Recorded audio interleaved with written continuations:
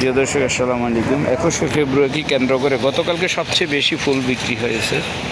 সন্ধ্যার থেকে প্রচুর ফুল আপনার কাস্টমার এসে, আজকে এখনও কাস্টমার দেখতেছি না, খুব কম। সামনে আছে, আমরা দেখব। রাতের 2টা 1টা 12টার সময় আসবে নাকি কাস্টমার, সেটা দেখার অপেক্ষা আছে। বিভিন্ন কালারের গোলাপ, অনেক রকমের গোলাপ দেখছেন। হ্যাঁ, ভিতরে স্টক থাকে সবসময়। এটা গাঁদা ফুল।